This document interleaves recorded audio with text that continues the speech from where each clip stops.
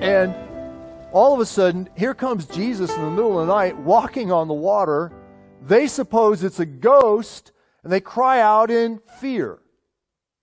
Now, Peter, I don't know if he was full of faith or just all of a sudden he lost himself in a moment. He goes, Lord, if that's you, bid me to come to you, and I'll come to you. And the Lord says, come, Peter.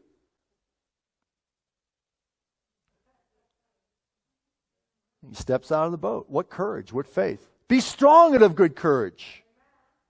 3 times the Lord told Joshua. Peter taps into something in that moment. He's, Lord, if that's you, I'll come. Lord says, come. It's a promise. And he steps out and he begins to walk on top of that stormy sea. The circumstances are contrary to what the mind would dictate. And he begins to walk to the Lord. And you know the rest of the story. And all of a sudden he begins to look at those circumstances, the storm and the waves, and he begins to doubt. He begins to sink, and the Lord grabs him.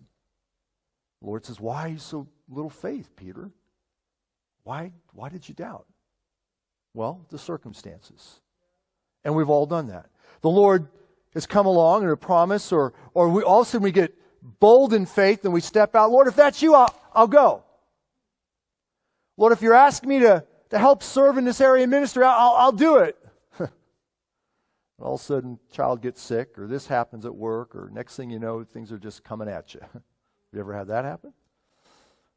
Lord, I promise I'll be faithful to spend more time with you in prayer. And Lord, I'll spend more time letting my life develop in you. And all of a sudden, circumstances just seem to take away from that precious moment, whatever it is, right?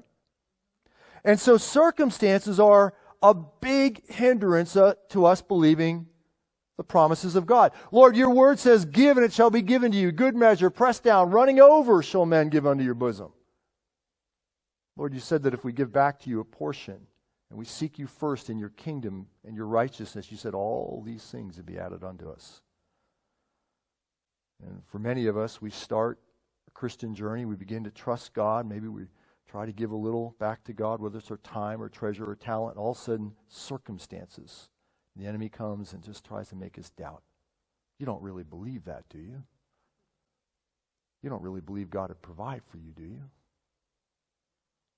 You don't really think God would provide in the midst of a pandemic or a famine, do you? And yet all throughout his word we see examples of how God took care of his people.